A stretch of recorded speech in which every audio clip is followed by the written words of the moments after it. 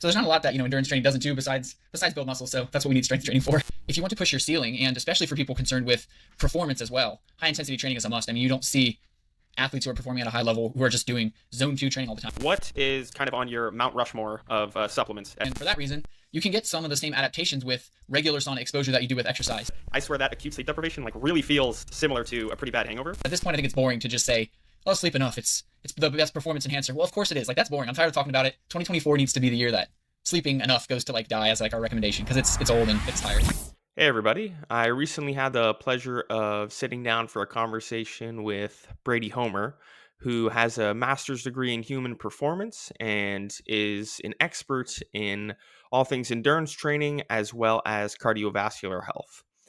We talked about a whole bunch of topics. In particular, we spent probably the first half of the conversation covering endurance training, which is, like I said, a particular area of expertise for Brady. He's done research himself on endurance training and cardiovascular health, and he also published an ebook called VO2 Max Essentials, all about endurance training and your VO2 Max in particular.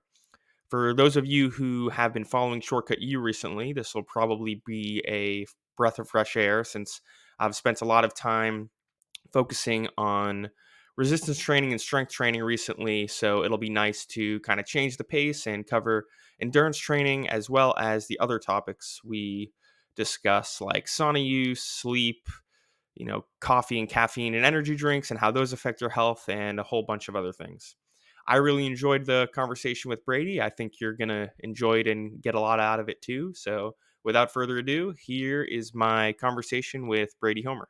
So I guess a good place to start, considering your background, is with endurance, training and stuff like that. So somebody comes to you and asks you why, endurance training should matter.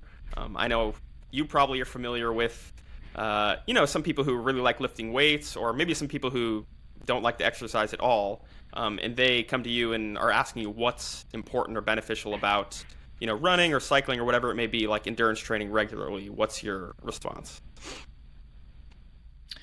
Yeah. So, the obvious preface to this would be strength and endurance training are both important and everybody should do both. Often, unfortunately, in discussions on social media, people make it black or white. It's like, oh, I'm just going to lift, or I'm just going to do cardio. And obviously, like you mentioned, each of us kind of have a preference. So I am an endurance athlete and I've always been a runner. So I like to run and I like to do cardio as my main form of exercise, while obviously recognizing that I need to strength train to just maintain muscle mass and prevent injury.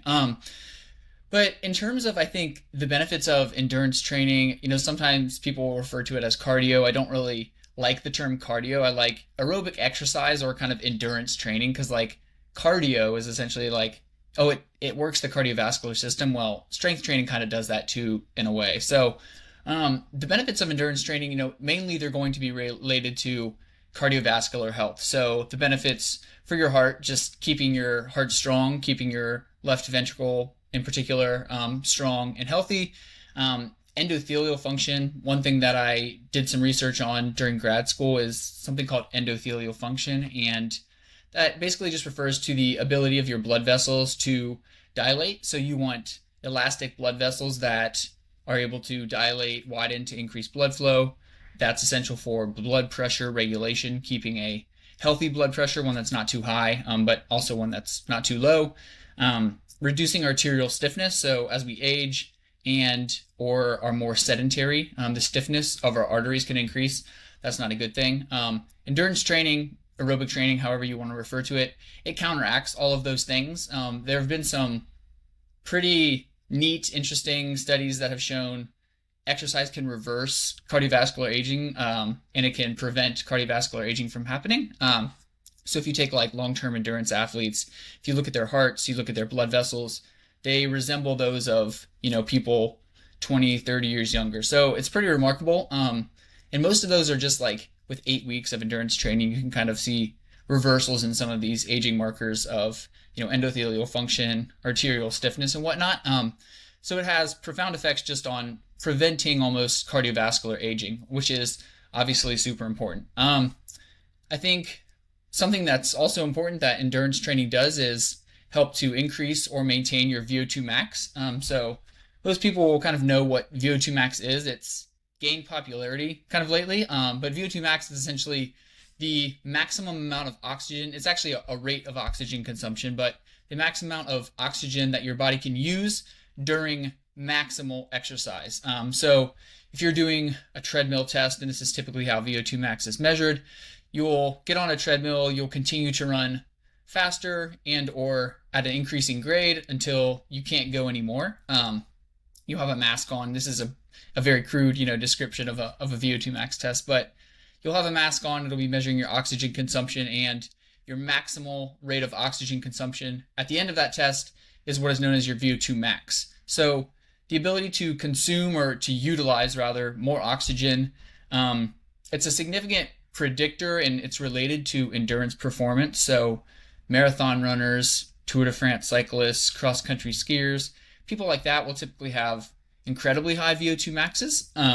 So it's a well-recognized marker for endurance performance, but for health, people should also be concerned about their VO2 max. Recently, there's been a lot of data correlating VO2 max to longevity, so a lower rate or lower risk for all-cause mortality, cardiovascular disease mortality. So the higher your VO2 max, the longer you'll live, and the lower your risk will be for various diseases, notably like cardiovascular disease. And the fun thing is that, it's not just something that athletes need to be concerned about. Just regular people, non-athletes or non-professional athletes can focus on increasing their VO2 max, and increasing it by just, say, like 1 unit will have incredible benefits for kind of health and longevity. So there's also kind of this argument, though, that people will say VO2 max is all genetic, and they'll sort of use that to discount why VO2 max isn't important, or why these studies are kind of flawed. So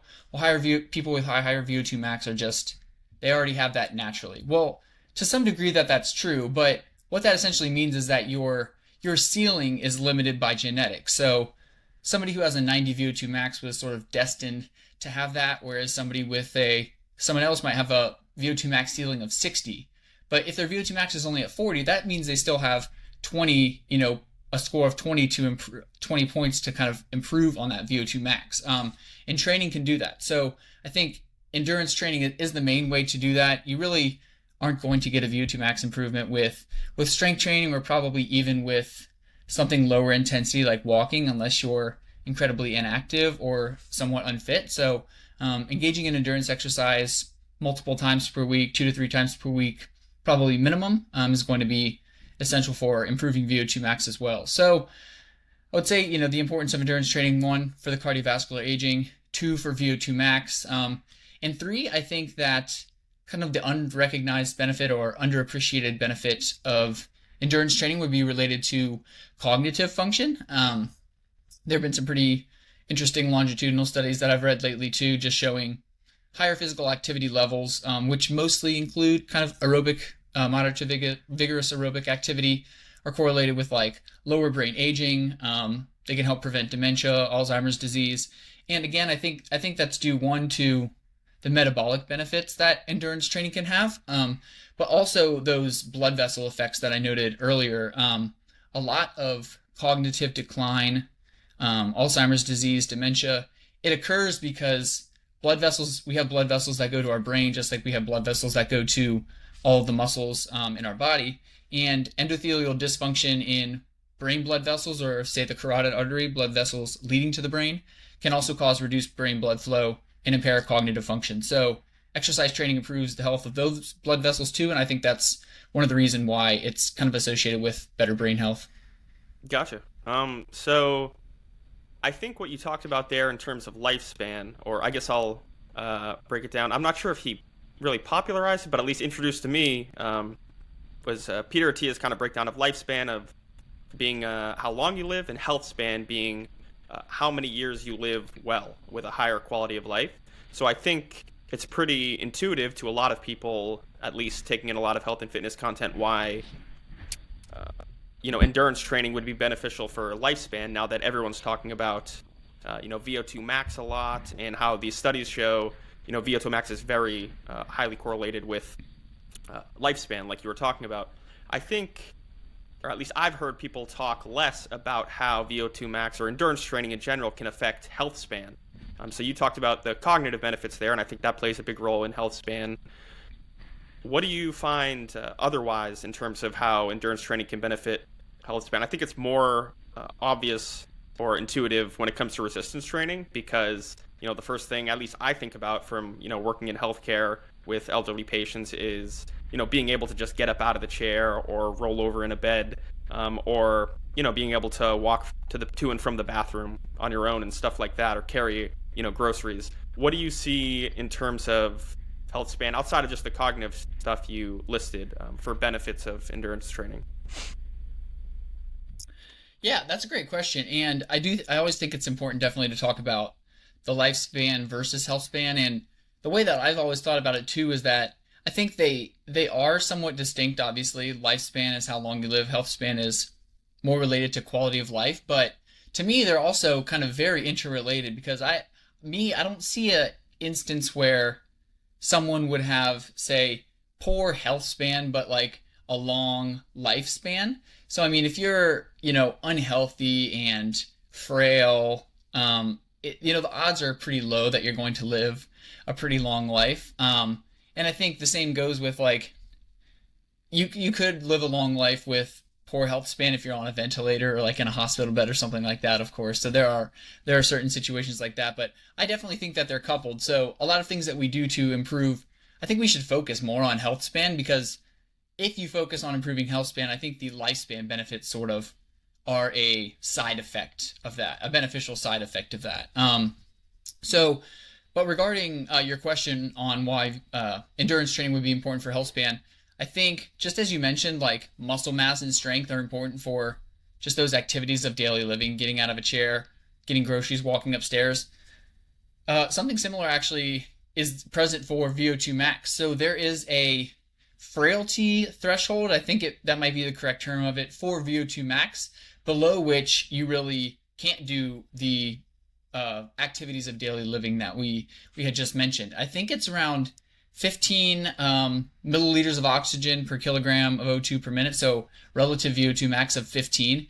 Below that, your body is simply just not capable of producing the energy that's required to do those activities of daily living. So you obviously need strength to do all these things, but just to like walk around the block, that obviously requires aerobic metabolism. So your body has to be able to produce energy or produce ATP using oxygen, and so your VO2 max is important for that.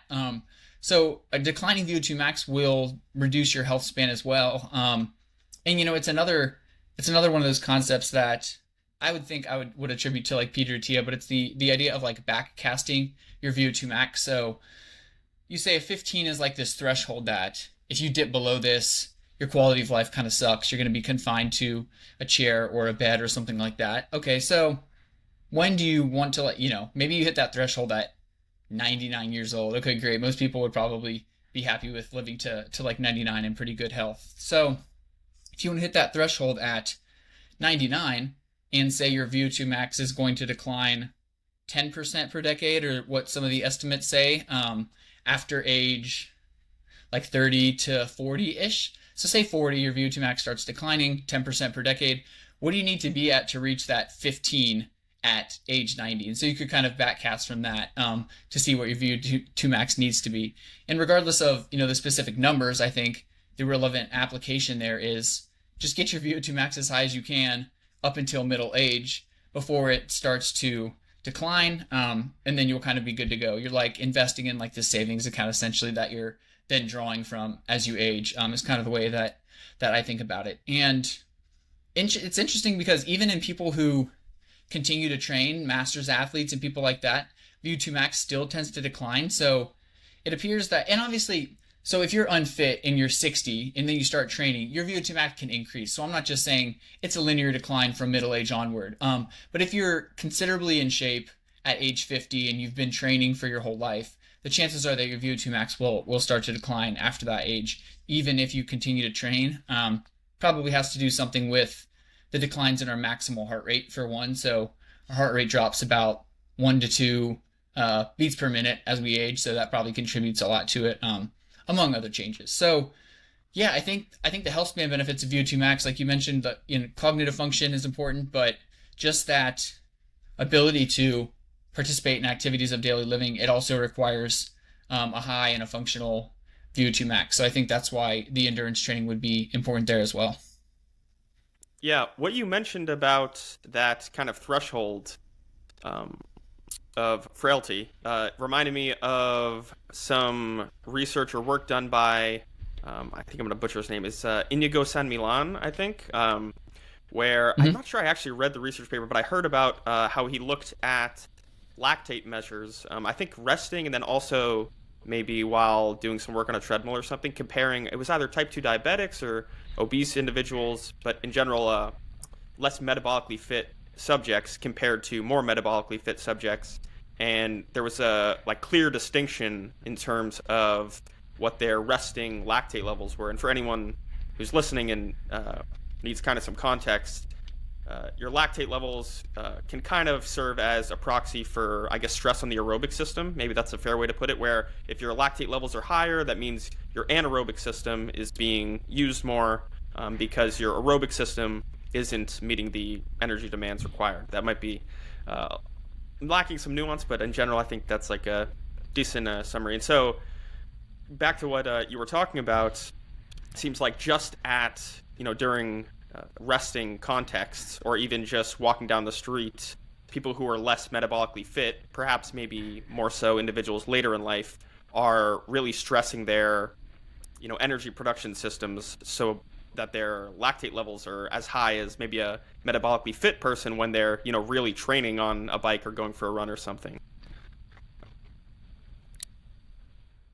Yeah, definitely. And I think so the metabolic health aspect too, because what that would indicate is that like even at rest, these metabolically unhealthy individuals are like burning a substantial amount of glucose, which at rest is we should be burning just mostly fat for fuel since it's at such a low intensity. We're always using maybe a tiny bit, a little bit. Our brains using glucose and things like that. But yeah, resting lactate levels elevated, it would suggest that they're kind of just stressing themselves. If they get up and walk to the kitchen and back, it's like that shouldn't elevate most people's lactate, but if it is, then that's kind of a sign of metabolic dysfunction too. So, that's something I didn't cover. The benefits of endurance training, we often think about them in terms of the cardiovascular system, and that is kind of the primary way that endurance training is beneficial. But in terms of metabolic health too, just one, you mentioned Inigo's, all of his research on just improving fat oxidation ability with endurance training, and low intensity endurance training definitely does that. So I think that's super important to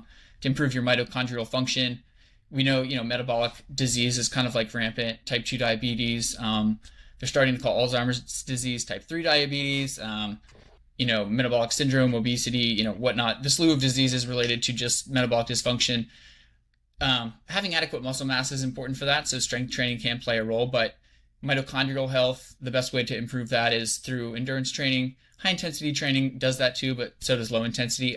But also insulin sensitivity. So exercise, strength training does it too, again, but aerobic exercise, endurance training, not only will you use muscle glycogen if you exercise for a long period of time, but it actually increases your insulin sensitivity for several hours, maybe even up to 24 hours after an acute exercise bout. So, there are two ways that our muscles can take up glucose. That's the insulin dependent pathway. So we can release insulin that will cause an increase in glucose transporters and take up glucose into the skeletal muscle. But exercise also increases glucose uptake in an insulin independent manner. So skeletal muscle contraction actually causes these little glucose transporters to translocate to the membranes of our skeletal muscle and take up glucose as well. So one of the reasons why exercise is so good for people with type 1 diabetes, type 2 diabetes too, but people with type 1 diabetes who don't make insulin, they can help their body's glucose regulation by exercising. So super important for metabolic health too. So there's not a lot that endurance training doesn't do besides build muscle. So that's what we need strength training for. Right. Okay, so that same person says, "All right, you sold me on, this endurance training thing. What should I be doing?"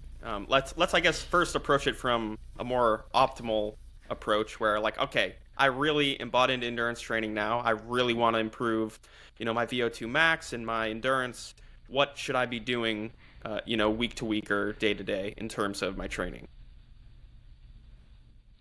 Yeah, so yeah, I think it would be interesting to maybe do a optimal scenario and then maybe a scenario of somebody who's like time limited or something like that. So, I mean, optimally, my recommendations or my thoughts on this may be a little more aggressive than some. I mean, I think that we'll start with what the current recommendations are, which are 150 minutes per week of moderate to vigorous physical activity, so moderate to vigorous exercise.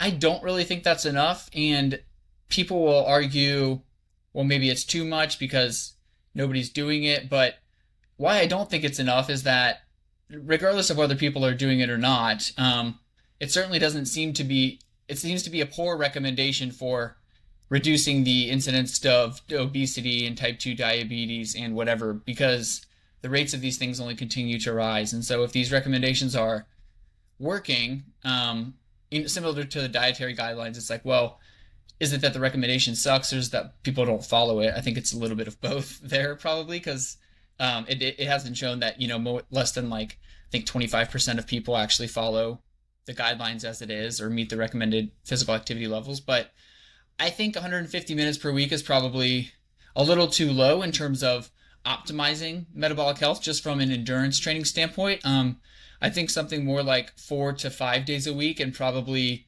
almost doubling that moderate to vigorous activity amount would probably be optimal. So I would say, try to dedicate 5 days a week to doing some sort of aerobic exercise. That leaves you 2 days to do strength training solely, just leaving 2 days dedicated to strength training, which I think if you're doing it the right way is probably enough. Studies have kind of shown you can build and maintain muscle mass with just 2 days per week of strength training. So I'd say, 5 days a week of endurance training. 3 of those days are kind of just going to be, we'll be very crude here when defining recommendations about like intensity. So we don't need to go into maybe the nuances unless you want to of like zone 2 and whatnot. So two of those days are going to be lower to moderate intensity exercise. So the so-called zone 2 exercise where you could talk with somebody if you were exercising with them. You could hold a conversation, speak in full sentences. You feel like you could kind of do that intensity all day. 2 of those days would be that, and I would say, try to do 45 minutes to an hour. And then 2 days I would try to make a little bit more higher intensity. So one of those days is maybe a day where it's maybe a shorter workout, but a high intensity workout where you're kind of almost at your max. It doesn't really feel good. It kind of sucks, like Tabata intervals or something like that. And then a second one of those days, those high intensity interval days, I would make a tempo or a threshold day where it's maybe a 6 or a 7 out of 10. So it's hard, but you don't end the workout feeling like you're exhausted and like ready to puke. So, I think, so having like a moderate to high intensity day, a very high intensity day, and then 3 kind of easy days of 45 minutes to an hour, and then a day where maybe you go 90 minutes or longer. It's kind of like your long workout, your metabolic workout, so to speak. I think that would kind of be an optimal prescription for somebody looking to, like you said, they really bought in. They really want to dedicate a lot of their time to just getting in really good aerobic shape. Maybe they're training for a race. That would kind of be my recommendation for that person. Gotcha. Okay. And so I guess from maybe a little more nitty gritty approach, if they wanted to really identify those different zones you're talking about, you gave kind of some layman's proxies, which I tend to use. I don't really look at like heart rate or, I'm certainly not pricking my finger and looking at my lactate levels on the assault bike at the gym. But just for like a brief kind of nitty gritty breakdown, could people kind of use as a gauge that they're not training too hard or not training hard enough on those harder or lighter days? Yeah, I guess I'll leave it at that for now. Yeah. Yeah. So I would say, I mean, the best way to kind of do it would be to train using heart rate. So train using a heart rate monitor. If you have a fitness watch or an activity tracker, it will likely give you heart rate. It's probably going to be like a wrist-based monitor. I would recommend anyone who is semi-serious about using their heart rate during exercise to get a chest strap. I mean, it's the most accurate. It's the most reliable. I have one. And the wrist straps are good, or the wrist-based heart rate monitors are good, and they'll correlate kind of with your heart rate on your chest strap. But there are definitely differences that are noticeable. At least for me, what I've observed is at like higher intensities, especially if you're running or something like that. So if you're cycling and your hands are on the handlebars, there's not a lot of movement of your limbs. That can be okay. But if you're running, I tend to find that the faster I go, the less accurate those wrist-based heart rate measurements become. So invest in a chest strap. They're less than 100%, less than $100. I mean, it's a very good investment. So I'd recommend that. And so if you have one of those or not, using heart rate for training. So those low intensity training sessions, you're going to want to perform them between 60 and 70%, maybe even below 60%, but 60 to 70, maybe even 75% of your maximal heart rate. And the issue of maximal heart rate is that most people don't know what their maximal heart rate is. Some of the formulas used to estimate that aren't necessarily the most accurate either. So the most commonly used one is 220 minus your age. So I'm 30 years old. If I took 220 minus my age, my predicted maximal heart rate would be 190. My actual max heart rate is around what I've measured it as 186 or 187. So that's off by 3 minutes. But then, when you're using that to create zones and taking percentages of that, those 2 to 3 beats or 3 to 4 beats can kind of matter. So I wouldn't suggest people use that. I would suggest that they probably just try to honestly estimate their maximal heart rate using some type of exercise test. This could be as simple as, going out and warming up for a mile and then doing another mile, kind of progressively running faster each quarter mile until at the very end you're running that last quarter mile as fast as you can. By the end of that, you might be near your maximal heart rate. Sometimes it takes longer to get to a maximal heart rate. So you might have to do, say, like a 5 to 10 minute warm up and then do that mile run or something like that. You're not going to get it probably just by like sprinting 200 meters because it might not be enough time. But there are lots of protocols out there to use where you could go to like a track or just do a running test to estimate it. But I would suggest that people try to figure it out on their own versus use some sort of metric that your watch or algorithm that your like watch is providing for you. But let's just assume that people know what their max heart rate is, or if they can just do the estimate and that's the best they can do, that's fine. Low intensity, keep it between 60 and 70% of your maximal heart rate. Try not to go above that. Another metric you can use, well, I'll talk about the heart rates first of all, the intensities, and then we can use other metrics. So heart rate for low intensity, 60 to 70%. For kind of those threshold sessions, that's going to maybe want to fall between like 75 and 85% of your maximal heart rate. And then anything over 85% is considered high intensity. So if you're over 85% to 100% of your maximal heart rate, that would be considered, for me, a high intensity exercise session. So what are some of the other things that you could do to estimate it? You could use the talk test. So during low intensity sessions, you should be able to maintain a conversation with someone and speak in full sentences like you and I are doing now. I mean, obviously you're going to take a deep breath occasionally, but you should be able to pretty much hold a conversation during those sessions. The threshold sessions, maybe you could say 2 or 3 words, but you'd be kind of panting in between. It would not sound like a natural conversation. And then for high intensity exercise, you shouldn't be able to talk during that except to say like help or this sucks or something like that. So those are pretty good. I mean, those correlate pretty well, I think, to those intensities. And the final one, one that I honestly think is the most reliable, at least when people gain some experience with exercise, is just using RPE, or rating of perceived exertion. So if the common scale is known as the Borg scale, which goes on 6 to 20, but you could just change this to be 0 or maybe a 1 to 10. So 1 would be what you and I are doing right now, sitting in a chair talking. 10 would be, I don't think I could do this for like more than a minute. So if you're doing a low intensity workout, you want your RPE to be below a 5, so 5 or below. For those kind of threshold moderate intensity sessions, I would say 5, 6, 7. And then those high intensity sessions, 9 or a 10, but even an 8. So like 8 to 10 would be kind of the RPE corresponding to that. And something interesting about RPE, people will think that it's just a subjective measure, and people will argue over whether should we use lactate, should we use heart rate for, or how should people gauge their effort using lactate, heart rate, talk test.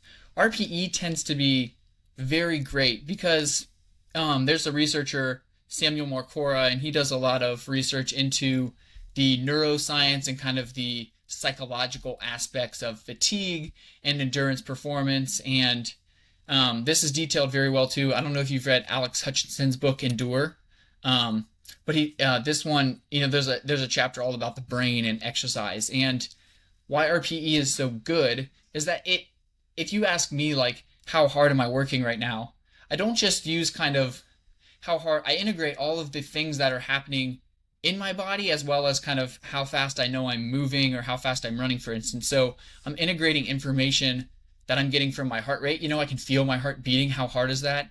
My respiration. I'm gauging how hard I'm breathing and how quickly I'm breathing and how deep I'm breathing.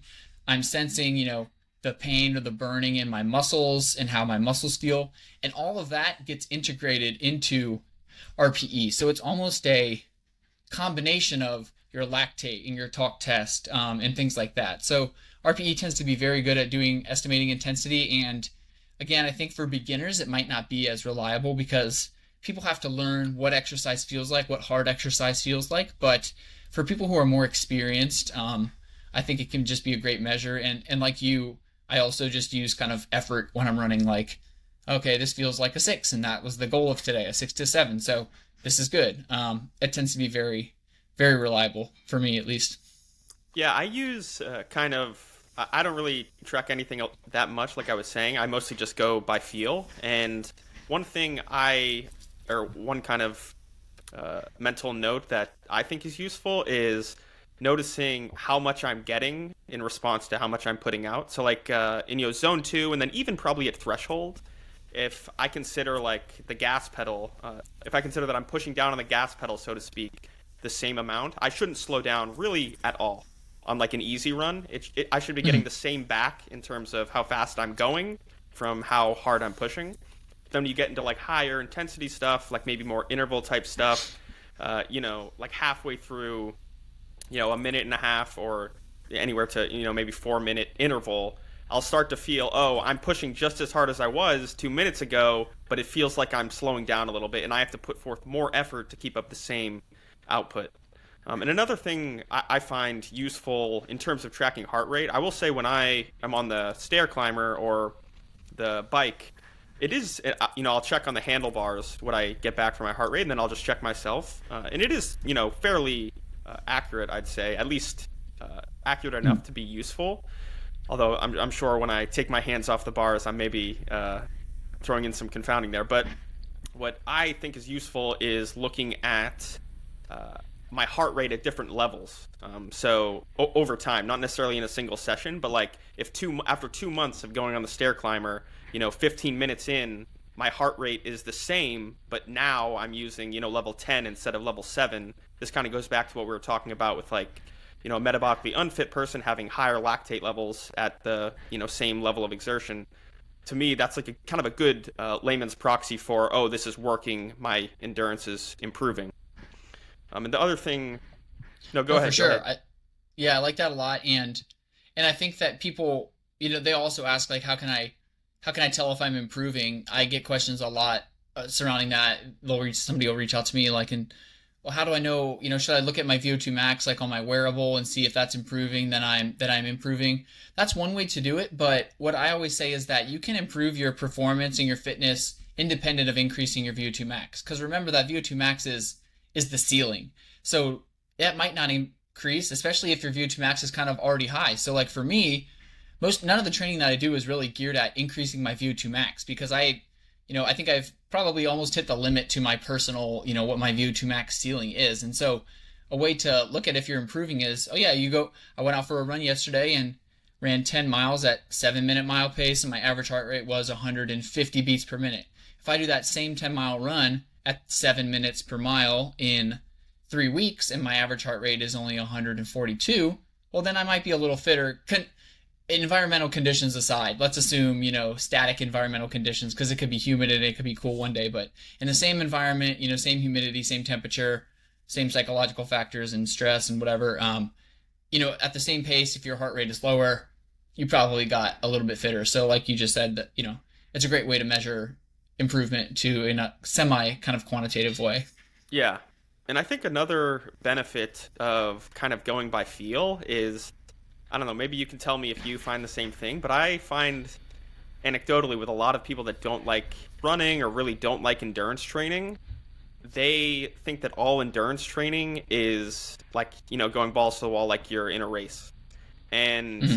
I think if they just understood that they could get a lot of benefits just from going at an easy, talking pace, and then maybe also adding in some higher intensity stuff, though for shorter durations, not, running for 20 minutes as hard as you can. If they just had a 20-minute or 30-minute actual easy run, I think they would be more inclined to, engage in endurance training, at least, maybe a little bit as compared to not at all. And then I guess that can lead us into the next part, which we just covered sort of a more optimal approach. What do you find for like the minimum effective dose, say, someone who really likes lifting weights, but they value their health and they value endurance training a little bit also, but they don't want to be spending any more time than they really need to. What do you think it takes to get a majority of the gains or benefits from an endurance perspective, either health-wise or performance-wise? Yeah, I think using that 150 minutes per week is a good benchmark. I mean, it is sort of based on, some evidence. It wasn't just like a blanket recommendation thrown out there for no reason. So I think, at the very minimum, I think 3 days per week of 30 minutes per day. I think if you're not, overall duration is important, I think, but for me, people will say, how many times do I have to work out to get kind of the benefits? I think frequency is an important factor in some of the performance, but more so, I think the health benefits of endurance exercise. And I think that relates to the cardiovascular benefits of acute exercise and the metabolic benefits. Just, an acute bout of exercise is having a lot of benefits for endothelial function and blood pressure, as well as insulin sensitivity and things like that, and glucose regulation. So I think repeating them more often is beneficial versus just doing it all at once. So say you were going to do 150 minutes of exercise a week. Monday, Wednesday, Friday, 50 minutes is a lot better than Saturday, 2.5 hours of an endurance run. There have been some kind of interestingly recently there were like a couple, I think 2 or 3 studies published on this like weekend warrior exercise pattern and its relation to cardiovascular disease, and it kind of the conclusions were kind of contrary to what I would have hypothesized. So they showed, so match people for their physical activity duration. The people who do it all, say, or a majority of it, I'm trying to think of it might have been like 50% of their total exercise duration was just from Saturday or Sunday. They still had they reduced their risk for cardiovascular disease, and it was like similar to that of the people who spread their duration more evenly. And of course, the limitations with that are that it was observational, so they were using self-reported exercise. Well, it may not have been self-reported exercise data. It might have been from actigraphy, so like an activity monitor, but nonetheless, there were some limitations with that study. It wasn't like a randomized controlled trial, but so I think it shows that, obviously exercise has cardiovascular benefits, even if you do it all on the weekend. But in my personal opinion, for the cardiovascular benefits, those metabolic benefits, 3 times per week minimum is probably the minimum of effective frequency. And again, volume, I think everyone should aim for 150 minutes. I mean, I know it may seem like a lot for some, especially if you're prioritizing strength training, but it really isn't. It's 45 to 50 minutes 3 times a week, or 30, I guess 40 minutes like 4 times a week. So it's not an incredible amount. I mean, it's,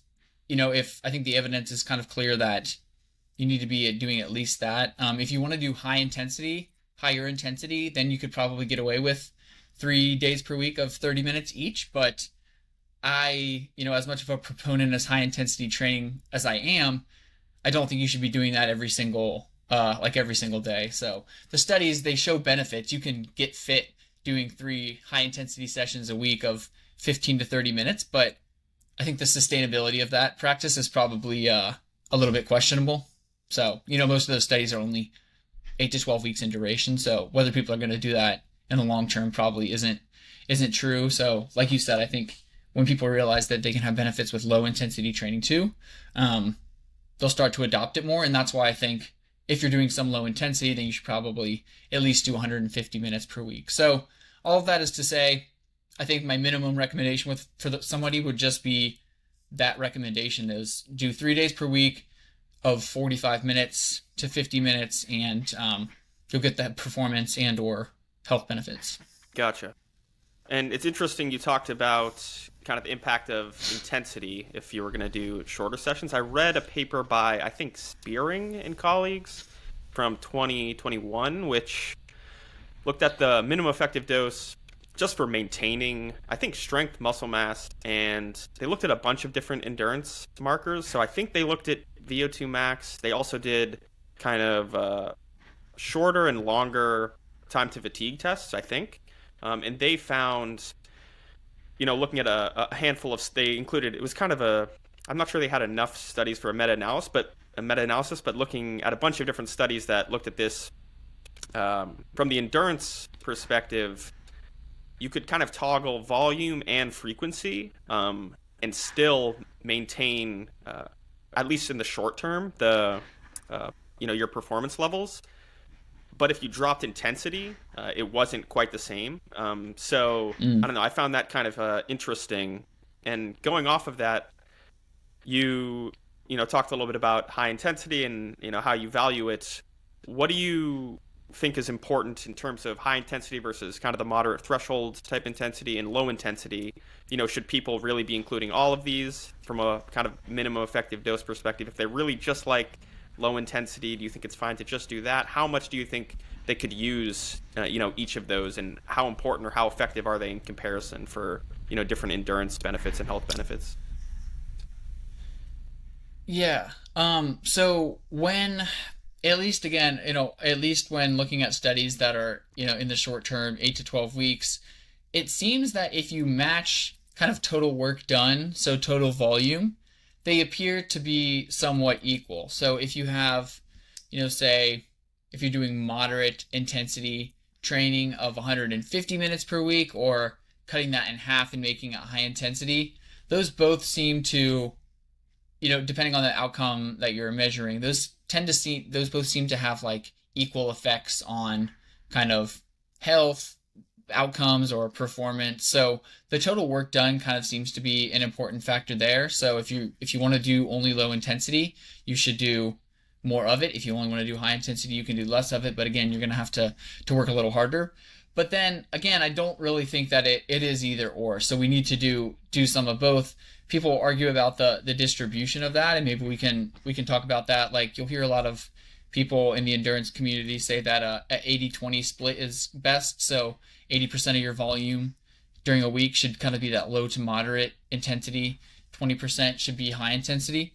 I tend to believe that, but I think that there's a threshold for which that 80-20 kind of should apply. I think if you're doing maybe 8 to 10 plus hours per week, then the 80-20 can kind of apply. But I mean, I find it hard to believe that somebody doing, we'll just say, I say only, but using quotes for that, but say only 150 minutes per week should also kind of apply that 80-20. I don't necessarily think that that's true. I think that they would benefit from doing a little bit more high intensity training because they're only doing 2.5 hours of exercise a week, whereas those elite athletes from whom the 80-20 principle was derived are doing 2.5 to 3 hours of exercise per day. So there's a huge difference there, and I don't think we can draw the conclusions, the training patterns from elite athletes and apply them to the general population who's just exercising for health. Not everyone would agree with me on that, but that's my honest or humble opinion.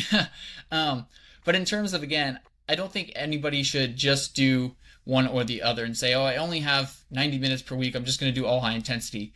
I think there's a role for low intensity training, and so that includes, the lower intensity training is going to be good for, again, helping train that fat oxidation ability, improving diastolic function of the heart, because you're getting kind of these low beats that are allowing the heart to fill up and eject with blood. So it's super important for that. But high intensity training also has benefits for, if you're maxing out kind of your mitochondrial's oxidative capacity, that has benefits, for improving mitochondrial function, mitochondrial biogenesis. I think HIIT is a little bit more effective for that based on some meta-analyses that I've read. It seems to be a little bit better than moderate training at improving any of one of many, or some of many markers of mitochondrial function. Increasing your VO2 max, I mean, you really will not improve it after a certain point without some high intensity training. And, I think it's best to think of kind of endurance training here as like a pyramid. So when you're doing the low and moderate intensity training, it's important for building that base of kind of the pyramid. But I mean, if you're trying to push up your ceiling, low intensity training is good because it serves as the foundation and it does help improve some aspects of your aerobic metabolism, of course. But if you want to push your ceiling, and especially for people concerned with performance as well, high intensity training is a must. I mean, you don't see athletes who are performing at a high level who are just doing zone 2 training all the time. You obviously need some high intensity. And so that goes for people who are just exercising for health as well. I mean, just getting that high intensity at least once per week and, is going to be good for that. I think going back to the cognitive benefits too of high intensity training, I think Ron and Patrick just released a very cool podcast on this, but like vigorous exercise and all of its benefits. Sure, it's good for cardiovascular, metabolic health, but there are unique, I think, benefits of aerobic or vigorous aerobic activity that relate to like the brain and releasing brain-derived neurotropic factor, other different, molecules that are released during high intensity training that promote, healthy brain effects. And I think that's pretty noticeable. I mean, the noticeable effects of high intensity training on the brain, everybody can see that just by doing like a session of high intensity exercise. I mean, I feel good after doing like a zone 2 session, but you don't really get that runner's high until you're doing like a high intensity training session. And afterwards you just feel like your brain is like on fire. So I think that's, obviously anecdotal, but I think it goes to show that something's clearly happening there for cognitive function regarding high intensity training. So if for nothing else, just do it because it may be good for the brain compared to like zone 2 training. Gotcha. And what do you think from more of like an aesthetics perspective? Although, to some degree, pursuing aesthetics can be beneficial for health, I think. From like a body fat and muscle mass perspective, I think, I don't know, maybe it's just, because of my age. Maybe like when I was younger, there was a lot of talk of, I guess people would do a lot of like zone 2 type cardio, low steady state cardio to burn calories and lose weight. And then maybe in like more recent years, I've seen stuff like, oh, everything you've been told about low steady state cardio is wrong. You're not going to burn fat this way. Do this instead. And, maybe like, could you explain some of the nuances of, when you're in doing more steady state type cardio, you're using more fat in terms of percentage of the energy you're burning. But then when you're doing higher intensity stuff, you're using more carbohydrate as in terms of percentage. But then, how does this match up in terms of across the day? Like, does it actually make a difference in terms of how much fat you're burning? Or, is one better for muscle mass? Or, is, going on the stair climber for 45 minutes gonna, cause all of your muscle mass to deteriorate or anything like that? Can you clear up maybe from like more of a research-based perspective what you think about utilizing, endurance training from like that kind of aesthetics, body fat, and even visceral fat, I guess also, and like muscle mass perspective? Yeah, for sure. I think from the just the aesthetics point of view, I think there's a misconception, I think, that if I'm doing low intensity or even kind of higher intensity, at high intensity you're still maybe burning some fat, but just say aerobic exercise in general. Oh, well, aerobic exercise burns fat, so that's how I'm going to lose body fat. There's not necessarily a direct correlation between I'm burning more fat during exercise, so I'm going to lose more fat. I mean, we have stored fat on our body. We have a ton of fat stores, and so we're using that during exercise, of course, but that doesn't mean we're going to, reduce our body fat percentage significantly just by doing that steady state exercise. I mean, maybe this is probably a discussion like too broad for the podcast, but it's just like a lot of it is going to come down to like diet and what you eat. Because if you're in a caloric surplus, I could do 3 hours of steady state aerobic exercise every single day. But if I'm in a caloric surplus, I'm still not going to really lose body fat or change my body composition. So you need to kind of be in a catabolic state if you want to lose fat. Your body has to be in an energy deficit if you want to lose fat. And so um, I think there's kind of a misconception there of, obviously you see a lot of runners who are lean and, whether that's like a direct cause of the endurance running, of course it probably is a little bit, but again, it's probably the result of just they're burning a lot of energy through running. It's maybe not anything unique to running that's causing them to burn all this body fat. So I definitely think if you're looking to say improve your body composition, doing cardio is beneficial, and bodybuilders certainly participate in some cardio, but ultimately body composition and improving muscle mass relative to body fat. I'll say something about the visceral fat too, and I haven't read much on this, but I could probably speculate that maybe a lot of the body fat loss that is going to come from endurance training. Again, it might not contribute to aesthetics. You might not look necessarily leaner, but someone with like metabolic syndrome or fatty liver or something like that is probably reducing their visceral fat levels by doing endurance training. It may not look like it's like melting off of their actual frame, but visceral fat is kind of that fat around the organs that you can't necessarily see, and it's the more deleterious type as well. So I think that endurance training can definitely probably have benefits for that. Again, I have kind of yet to read many studies on the direct effects of like exercise on visceral versus subcutaneous fat and things like that. But body recomposition, I think cardiovascular exercise is going to be important. But again, if you're looking to just improve your body composition, doing that as probably just a way to burn excess energy is a good thing to help with that caloric deficit you're trying to achieve. But strength training is going to be the best thing for that, because if you want to improve your relative lean mass to your fat mass, you have to actually build muscle. You can lose fat independent of building muscle, but doing both is probably better, or at least maintaining muscle. Because if you're in a caloric deficit and you're not resistance training, you're likely going to lose muscle as well as fat, but resistance training can kind of help to counteract that. So I'm not one of those who will argue that exercises, or aerobic exercise in particular, is the best for weight loss. It certainly can contribute to it. And, as any endurance athlete who has trained, 15 to 20 hours a week knows, it's like almost impossible to keep weight on because you're just in like this massive caloric deficit, burning 1,500 to 2,000 calories per day. It's obviously probably harder to do that just through weightlifting. I mean, weightlifting doesn't burn that many calories relative to, say, an hour of pretty intense aerobic exercise where you could burn something like 1,000 calories. So it's good from that aspect. But in terms of body recomposition, it may not be that favorable, and it certainly isn't like this, oh, it's just you're burning fat, so you're gonna, it's going to translate into all of this fat loss. Gotcha. So you mentioned Rhonda Patrick, who is, at least to me, kind of known as like a big sauna person. She had a really great review.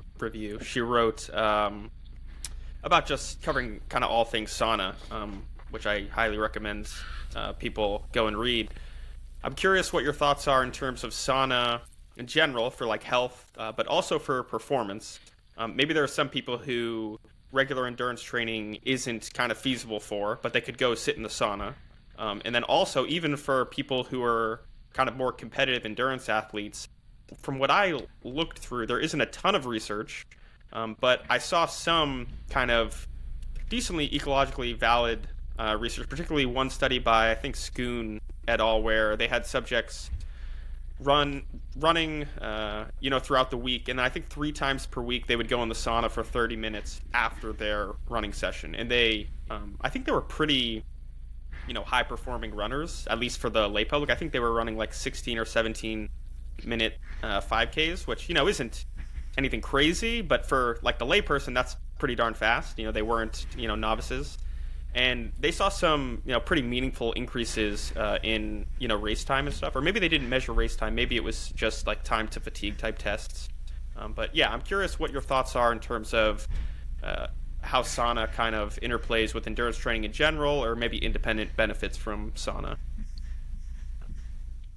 Yeah, we can talk about maybe just the independent benefits, and then because there are some studies on the sauna and endurance training, which are pretty cool, and they've actually informed a lot of kind of the protocols that I actually use for myself. I've tried some of these out. So, in general, so I think an interesting way to think about the sauna is almost as an exercise mimetic. So what I mean by that is that getting in the sauna will elicit many of the same physiological effects as exercise. So when you get in the sauna, and independent of like muscle contraction, which is kind of interesting, which is why one, the sauna isn't an exercise replacement, but it can almost be either an adjunct to, or almost, the next best thing to exercise, like you said, if people are unable to exercise.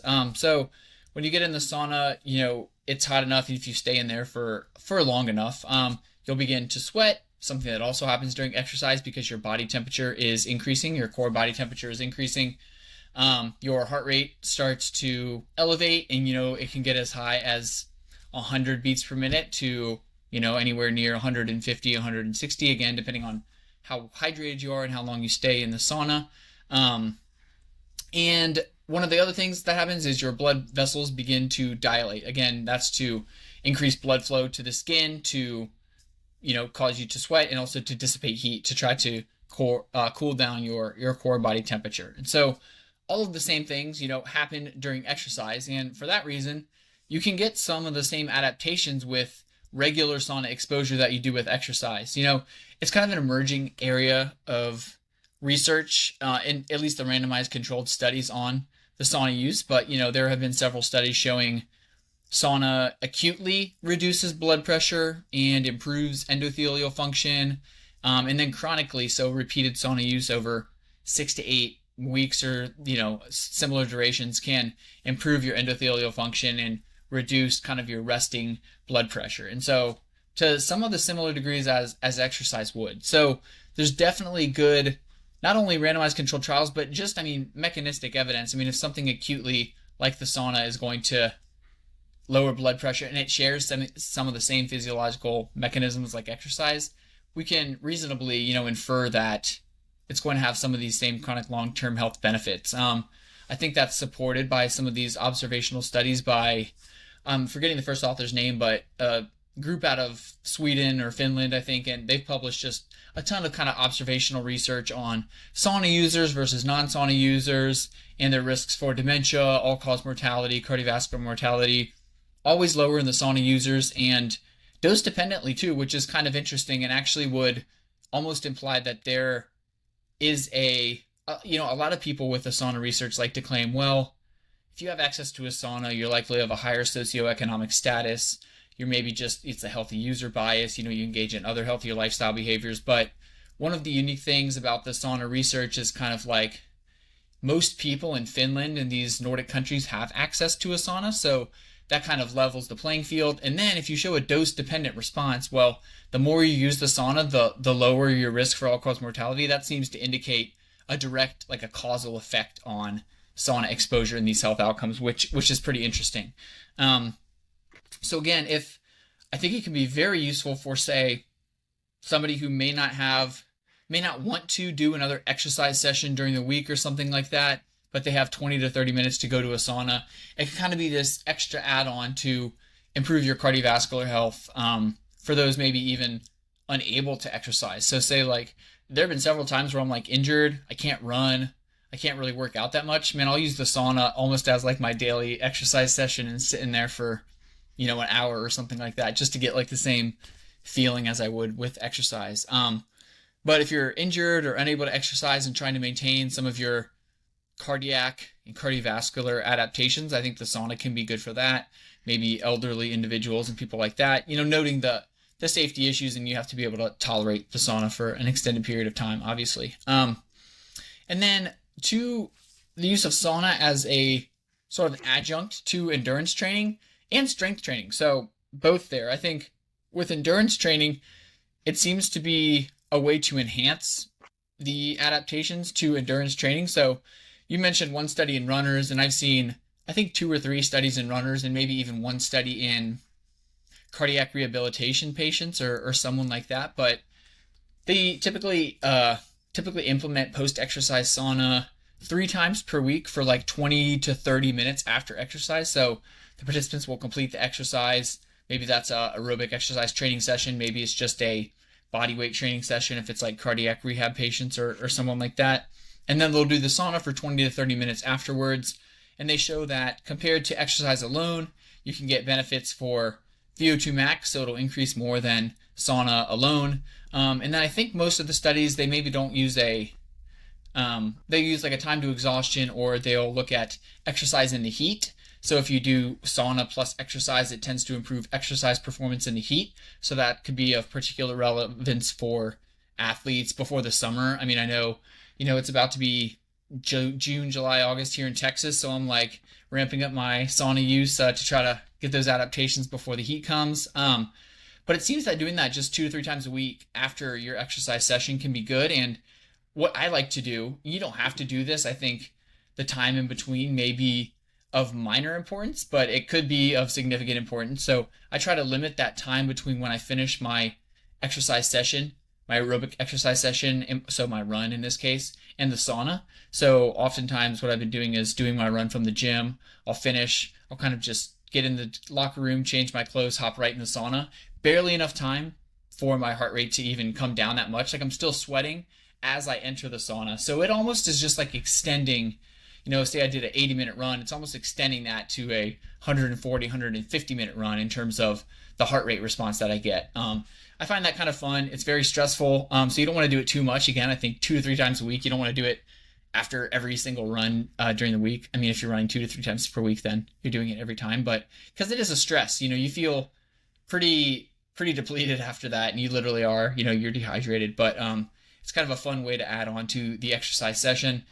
And I'm not aware of a ton of studies regarding strength training, but I do believe that there's one showing enhanced strength gains if they combined, sauna with strength training. And so I love to do that as well. Typically, if I'm doing a run, I'll maybe do my strength training and then go down into the sauna. It's just a great way to kind of end your session, but I think it can also promote gains in strength. The mechanisms for that kind of are speculative, but it could involve an increase in growth hormone induced by the sauna, heat shock proteins, things like that. You're just adding on that additional stress to your strength training session, and I think that's a good way to probably add on to your gains as well.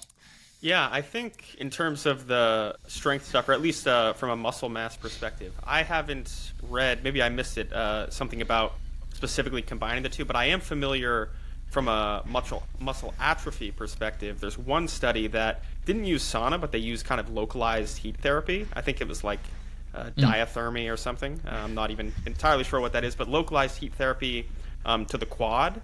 And they had subjects, I think, casted for like a week or 2 weeks or whatever. And they had still some muscle atrophy from not using the leg, but significantly less than the control group.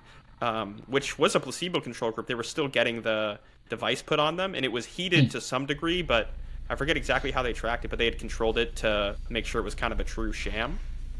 So yeah, I think that's pretty interesting. I think there also might be some stuff in like rodents, which, of course isn't maybe directly transferable, but good kind of hypothesis generating type stuff.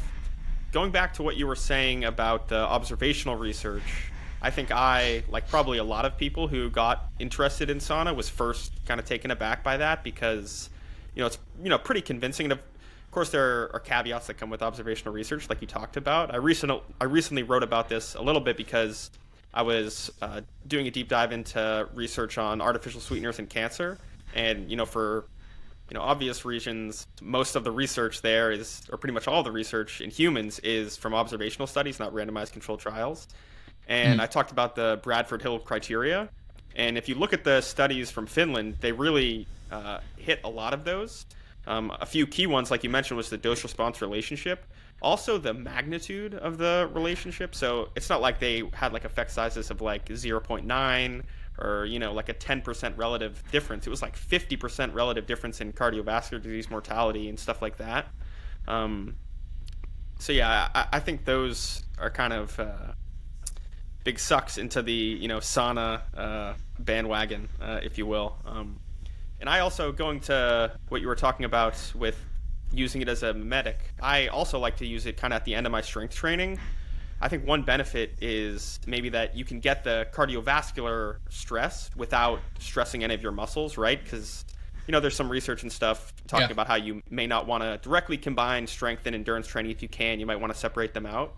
And then also maybe during like a deload phase for endurance training, where you're doing, instead of a 60-minute run, you're doing 30 minutes. Like you said, now you can do that, and then maybe do like 30 minutes in the sauna to extend the, again, stress on your heart without stressing, your limbs and everything.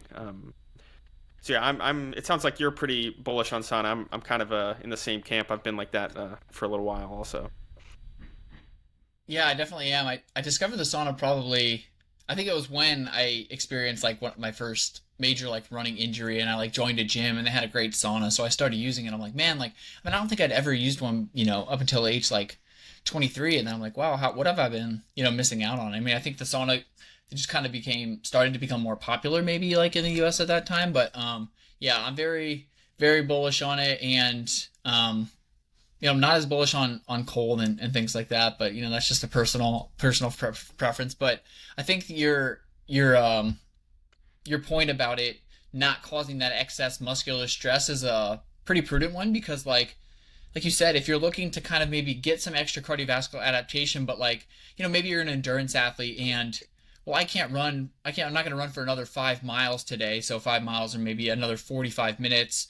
I don't want to risk overtraining or don't want to risk musculoskeletal injury, but I'm kind of still looking to like sweat for another 40 minutes. The sauna is a great way to do that, because like you said, you're not increasing pounding anymore. You're not, increasing your energy expenditure much anymore by sitting in the sauna, and you're not, putting that excess risk of that injury. And so again, it's kind of one of the ways in which I utilize it. So, I'm not at a point where I'm able to run for maybe like 2 hours, but I can run for an hour and a half and then use that sauna as like the extra 30 minutes that I wouldn't be running. So it's a great tool for that, as well as for people doing strength training to get, maybe you're not doing as much aerobic exercise during the week as you would like, and are still trying to benefit your heart health and your endothelial function and things like that, your blood pressure. The sauna could be useful for that, because I do think too, and gosh, I'm forgetting his name now too, but there's a guy who on X who always posts about lifters being at kind of a higher risk. If lifting is the only thing you do, like strength-based athletes, it's probably not great for like your blood pressure and your cardiovascular health, because those things are putting a stress on like your blood pressure and your arteries and your veins. So you need to do some aerobic exercise to like counteract that, but I think the sauna could also be kind of used to do that. So you do this massive weightlifting session where it's like your blood pressure spiking and you're just like all tightened up and whatever, and then you get in the sauna and you kind of use that to decompress and like reduce your blood pressure, bring it back down, improve your like autonomic nervous system function. So it can have benefits for both, for sure. Right. Yeah. So you did a little bit of research on how sleep impacts cardiovascular disease, or kind of cardiovascular risk markers and stuff. What is your kind of framework around sleep right now? Maybe like takeaways from that research or research in general, and like how do you think about like quantity and quality, and how important it is like from day to day and over time in terms of, I guess, both health and performance perspective. The initial research that I did there myself, so being involved in an actual study on that, and then doing, I actually published a systematic review with a few co-authors on the effects of sleep deprivation, was more just about sleep quantity, and that's kind of how I initially got into the field, just looking at, do people who sleep less have worse measures for, in this instance it was endothelial function, blood pressure, arterial stiffness. That was kind of my research focus at the time. So there was all this literature showing that shorter sleep or sleep deprivation, so if you restrict sleep to say 4 hours tonight from 8 hours per night, or you totally deprive people of sleep for 24 hours or more, if you measure their endothelial function, so their blood vessel vasodilatory capacity after versus before, it's significantly worse after. So that would suggest sleep impairs cardiovascular function. Blood pressure also increases after sleep deprivation. That's less consistent, but the effects on like endothelial function are pretty consistent. So I was part of a study where we deprived people of sleep it was a smallish study, I think 12 24 hours of sleep deprivation, so a full day, and we showed like a 50% decline in their endothelial function. And this was in, healthy, pretty active. I mean, they had, I think, like a VO2 max of around 50. So they were pretty fit, active, just young. They were all men, but young men. So that was a pilot study, but again, pretty informative. And it supported the findings from other studies, experimental studies showing if sleep deprivation will cause endothelial dysfunction. So then I, published a systematic review, kind of the same thing, just showing associations between short sleep and endothelial function, as well as those experimental studies. So again, pretty consistent that like if you compare people with 6 hours of sleep a night to 7.5 to 8, people with 6 are much at a greater risk for cardiovascular disease and other health conditions. So my kind of framework around that would be, it seems to be that getting more than 7 hours of sleep per night is associated with better cardiovascular health. I know that there is, this idea that 8 hours, that everybody should get it. I don't obviously think that's true. I don't even get 8 hours most of the night. And I think so, like between 7 and 9, is probably the best. Anything lower than 7, it seems to be associated with poor cardiovascular health. But I think there's also been then a shift in my interest too, as well as kind of the research in terms of, well, we know that you should like sleep enough now. And I'm honestly like, whenever I go on podcasts and talk about sleep and stuff, I tell them I'm trying to talk about sleep in a different way, because at this point I think it's boring to just say, oh, sleep enough, it's the best performance enhancer. Well, of course it is. Like, that's boring. I'm tired of talking about it. 2024 needs to be the year that sleeping enough goes to like die as like our recommendation, because it's old and it's tired.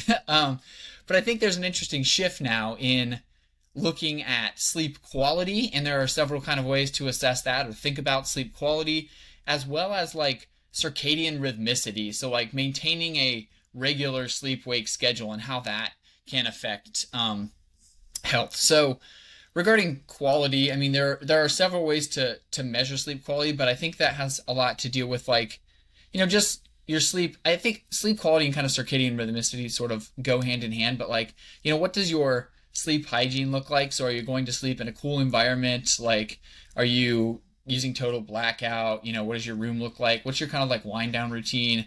And how do those affect the different stages of sleep and your restorative quality during sleep, which I think has to do with like, how low does your heart rate, come down during sleep? What happens to your blood pressure during sleep? What happens to your autonomic nervous system activity, which you can measure with heart rate variability? All of those things I think are related to quality of the sleep. And I think quality would just refer to like, how well does that sleep actually promote restoration? So I think that is just as important as well for endothelial function, endothelial health, and cardiovascular health, and all health in general. So, metabolic health too, and I'm sure it would also apply to that. But like people with lower subjective and objective measures of sleep quality also tend to have worse measures of health. But then this idea of sleep regularity, this is kind of something that I'm very interested in lately. I've written a little bit about it and read some studies. The most recent one was showing it was about something called social jet lag and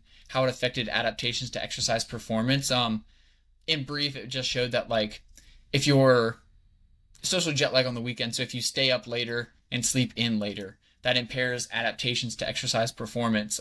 This was a study in mice, so it has yet to be translated into humans, but pretty cool proof of concept. But I think that applies to the larger idea that as much as possible, we should try to go to bed and wake up at the same time on most days, even on the weekends. So most people like to sleep in on the weekends. Maybe even if you aren't staying up too late at night, most people kind of like to sleep in and get a little bit more sleep, which of course is fine to kind of bank that sleep or make up for lost sleep during the week. But there have been several studies to show that irregular sleep patterns, so if your bed and wake time differ by more than 90 minutes on either end, that is also associated with markers of cardiovascular disease like endothelial function and arterial stiffness. So the best thing is to try to stay kind of within an hour of the same bedtime and wake time every day, ideally 30 minutes, so as good as you can, but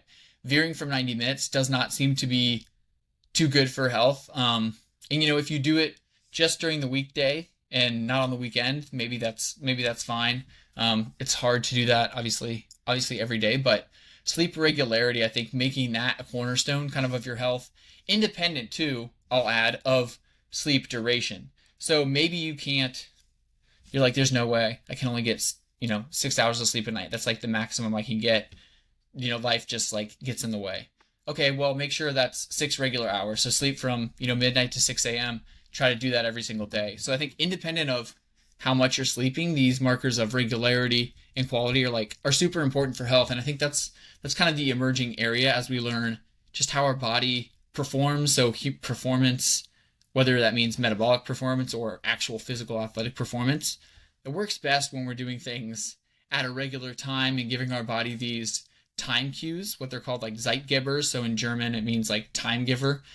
So exercising at almost the same time every day, eating our meals at a relatively same time per day, just giving our body these signals that it's able to operate on and kind of entrain our circadian rhythms, I think is super important. Yeah, a funny point about social jet lag.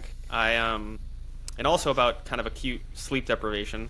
In college, this is funny because anyone who knows me knows I don't really drink and didn't really drink in college, but I dove in pretty deep into research on like hangovers and how to prevent a hangover. And so I have a pretty early bedtime, usually like 8 or 9. And I don't really drink, but every now and then I'll go out with my girlfriend or friends, and we'll stay out pretty late. And I won't drink at all, but I'll wake up the next morning feeling as if I had. And I don't know if it's just me, like in my head or whatever, but I swear that acute sleep deprivation like really feels similar to a pretty bad hangover, at least for me.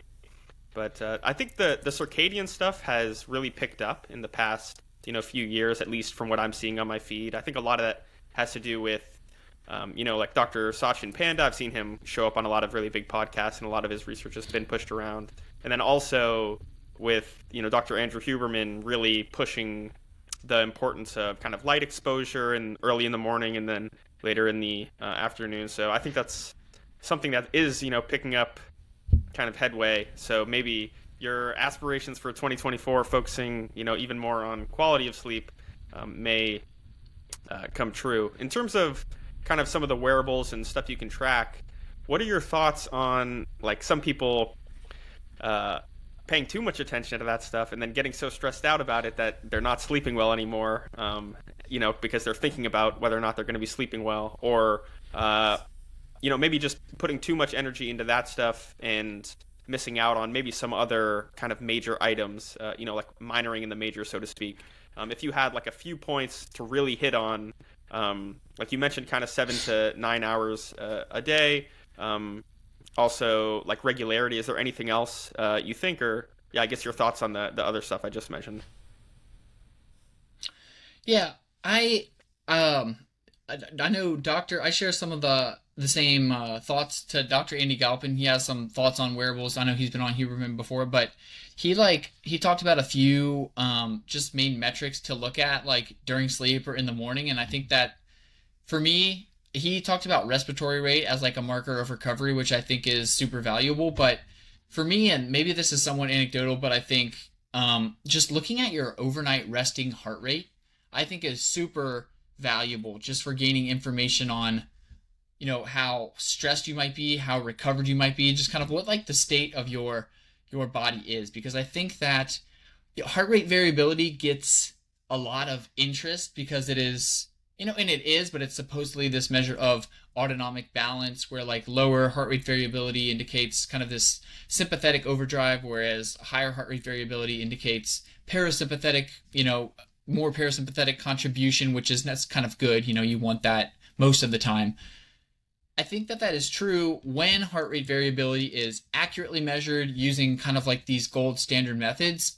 I think a lot of the wearables, and I mean, I'm a wearable fan. I have an Oura Ring on, right now. I've had an Oura Ring for probably 4 or 5 years, and I love it. I love the data it gives me.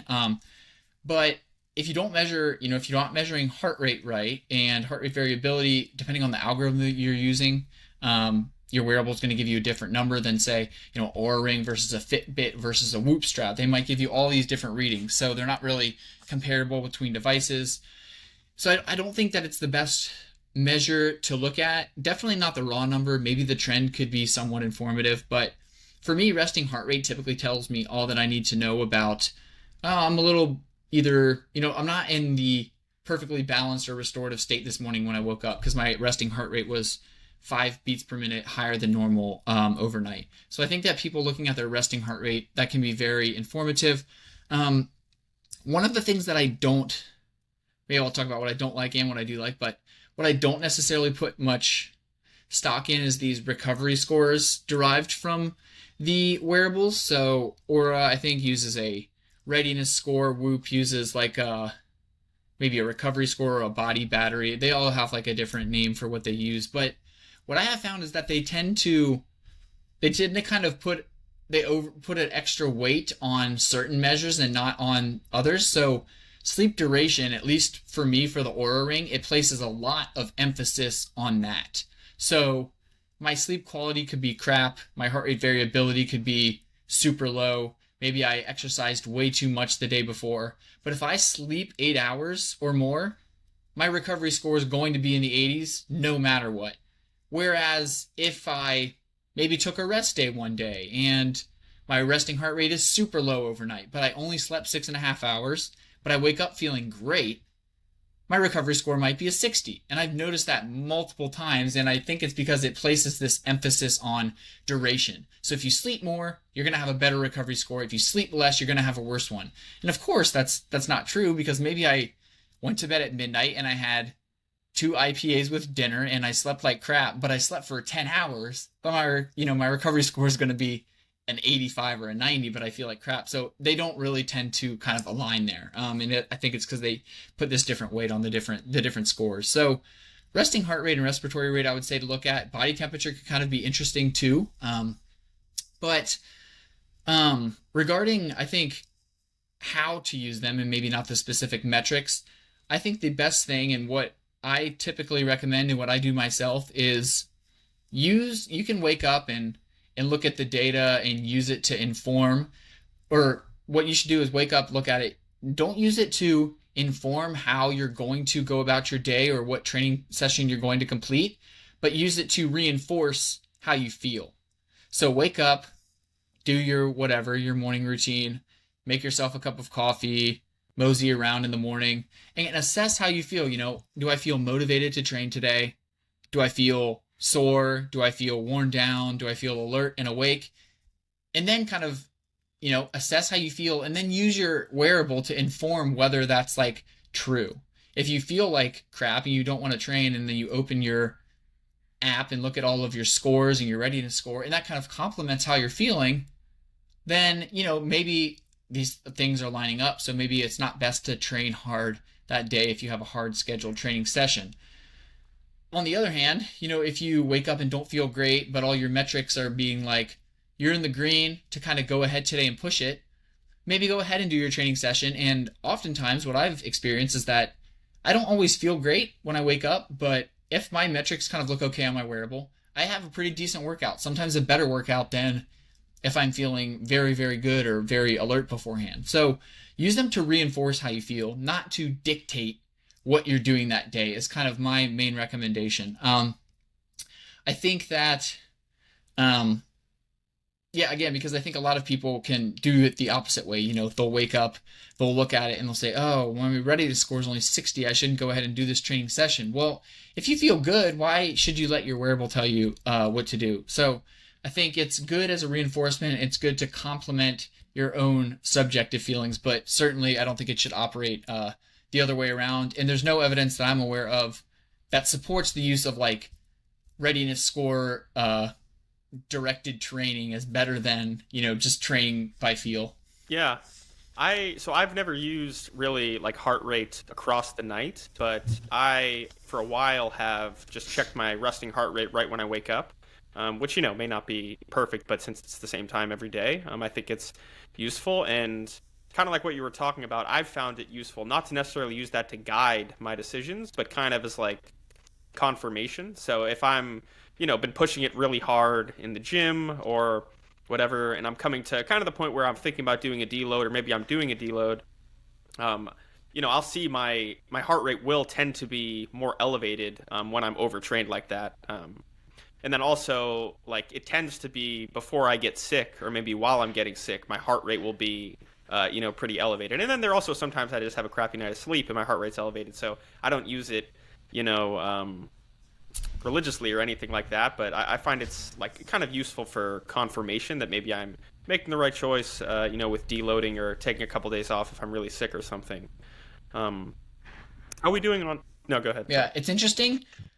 Oh, yeah, we're fine on time. It's interesting that you note that because I think one of these, this is something that I've heard other people talk about on X, and it kind of complemented what I have experienced. So I think it's important to note maybe that I think a lot of people experience, we'll call it overtraining, whereas it might not be, full blown like overtraining. That's a very gray area of what that means. But like, are you training too hard? Are you overreaching for a few days?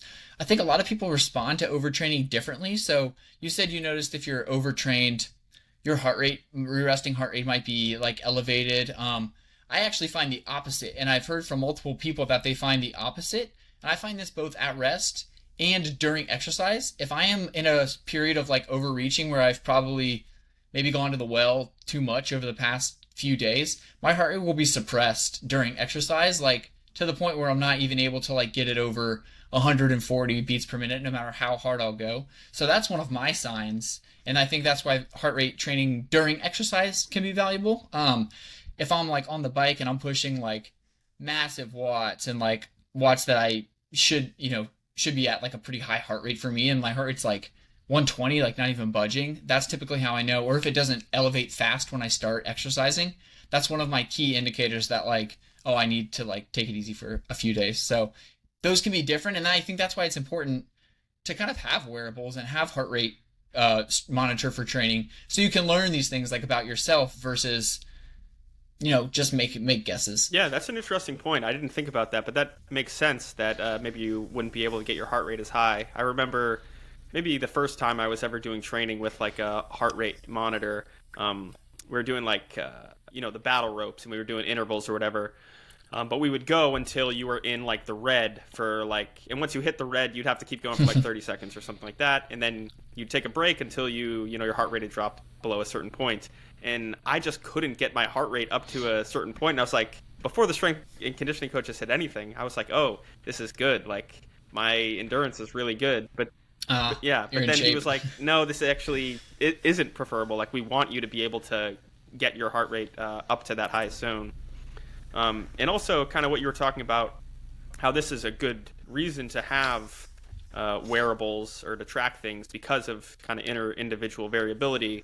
I wrote about this in a post not too long ago, and I was talking to kind of the last podcast guest about this, how really from like individual decisions, n=1 becomes really valuable. Although, from like an overarching perspective, small sample size, not great for making general guidelines. But like I used the example, typically the idea is that if, you're vegetarian or vegan, you might want to pay a little bit more attention to how much protein you're eating and, your resistance training, because you may tend to not have as much muscle mass or strength.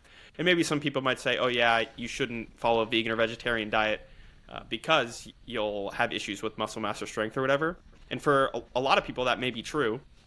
But, if you're vegan or vegetarian and you're jacked and super strong, from an n=1 perspective, your choice is very easy to make. And I think, I don't know, that just kind of ties into what you were saying about taking things with a grain of salt and applying them in your own perspective. Because, as having, done and read a lot of research, particularly in sports science, you'll always see that if you plot out individual responses, for resistance training research, for example, there's always someone who just lifted weights for 8 weeks and, lost like a small amount of muscle or didn't have any changes or something. So I don't know. I think it's kind of interesting to look at things when you're making your own decisions from an n=1 perspective, and taking all those guidelines kind of to gear you in the right direction, but then making your own choices accordingly. For sure. So I also saw you did some research on coffee and energy drinks. And so I'm curious what your thoughts are. Those seem to me like kind of very particular and specific, maybe for like performance. In general, what do you think about, whether it's okay to be having coffee every day, maybe a couple cups a day, or whether, you should avoid energy drinks like the plague, or whether they're useful or harmful, I guess, in a health context and then also performance wise? Yeah, well, coffee first maybe, because they're definitely unique. The thing that they share is that they both contain caffeine, but they're kind of unique in their other ingredients. But coffee, and then I mean we could probably just say like caffeine in general, but most people's main source of caffeine tends to be like coffee, at least in America, other than like pre-workout supplements and stuff. But coffee, I mean, we know that there's pretty much no studies that I'm aware of that show an association of coffee with like a negative health outcome. I mean, up to 3 to 4 cups per day seems to be associated with reduced diabetes, cardiovascular disease, and things like that, dementia, all cause or cognitive impairment. Again, observational data, but still, I mean, if there was something there, we would at least see like occasionally coffee, like eggs, is associated with like increased diabetes risk. But that doesn't seem to be the case. It seems to be cardioprotective. It seems to be good for metabolic health outcomes. Caffeine also great neurocognitive benefits of caffeine, but it's also, one of the most well-known and most widely studied kind of ergogenic aids out there. So it does tend to improve performance even in regular caffeine drinkers. So a lot of people will say like, well, it only improves performance if you like withdraw for these people for a week and then give it to them, but it tends to improve performance even when you don't withdraw people for like a week or even like abstain from caffeine for a week. And in some studies showing dose dependence. So I think between like 300 and 400 milligrams of caffeine tends to be maybe like the sweet spot. I mean, depending on how tolerant you are, but I think anything more than that, you could risk, getting maybe too jittery or kind of like overstimulating. So 300, 400 milligrams of caffeine like an hour before a workout. I mean, great effects on physical performance and then cognitive performance too. It seems to be beneficial. Again, I think some of that is due to the fact that yes, if you don't have caffeine and you're a habitual drinker, then drinking it is going to improve your performance versus a condition where you don't have caffeine because you're like withdrawn and you need that. It's just getting you back up to baseline. So there is definitely something about that. But there don't tend to be a lot of negative effects of caffeine. I know that there's a pretty decent amount of literature regarding the cytochrome P450 enzyme that metabolizes caffeine and individual single nucleotide polymorphisms. The specific ones, are lost on me right now, and I don't remember. I'd have to go back to the papers to read those. But variations in the caffeine metabolizing genes or caffeine metabolizing and the genes for the caffeine metabolizing enzymes, those tend to predict like how well you respond to it. So there are certain people, if they are slow metabolizers or fast metabolizers of caffeine, the slow metabolizers, they don't tend to benefit from caffeine, whereas like the fast metabolizers tend to get like this benefit from caffeine, which is kind of interesting. So that might relate to whether, how caffeine affects you might actually depend on like your specific genotype, which is kind of interesting. Not all studies have shown that, but the studies that do use these genetic techniques shows that there are differences in performance there. So lots of individual variability, obviously, in caffeine there too. But again, we were talking about the individual responses earlier, but on the whole, caffeine tends to improve performance in most populations. So regarding energy drinks, so I did research on energy drinks when I was an undergrad, just in regards to aerobic performance and if they improved submaximal exercise performance. They didn't tend to do much there. We only gave the participants one dose of an energy drink. But then in grad school, I even did a little bit of research, just kind of literature review, as well as participated in some studies on energy drinks and endothelial function and cardiovascular health, things like blood pressure, endothelial function, arterial stiffness, because energy drinks, they contain multiple ingredients, but one of the big ingredients in energy drinks is L-carnitine. And L-carnitine is eventually metabolized into something called trimethylamine N oxide, or TMAO. And that has been associated with cardiovascular disease. It's not really established whether it causes it or not, or whether it's just a metabolite in the body that's higher in people with cardiovascular disease versus those who don't have cardiovascular disease. I think that has yet to be established. I think it could kind of be this. I don't know. I think it could be a biomarker that's not necessarily causal. It's just like associated with something else. But nonetheless, we decided to investigate that because if it is, we wanted to know, does drinking an energy drink actually have acute negative like cardiovascular effects? It doesn't really appear that they do based on the literature, at least in like a single serving of an energy drink. We know the detrimental effects wouldn't be due to the caffeine. So any detrimental effects would probably be due to the sugar, maybe in the energy drinks, or the L-carnitine, possibly. There's a bunch of other things in there. But they appear to be okay. I know there's like this fear of energy drinks and how bad they are. And I think that's kind of unfounded. And it mostly seems to just be based on these case reports of some 16-year-old boy. He drinks 9 energy drinks in like the span of a couple hours and he dies of a myocardial infarction. It's like, well, he had over 1,000 grams of caffeine in like an hour. And so, of course, I mean, that's going to happen. I mean, but if you just look at like habitual energy drink consumption or even studies giving people 2 to 3 energy drinks at a time, they don't tend to affect electrocardiography measures, EKG.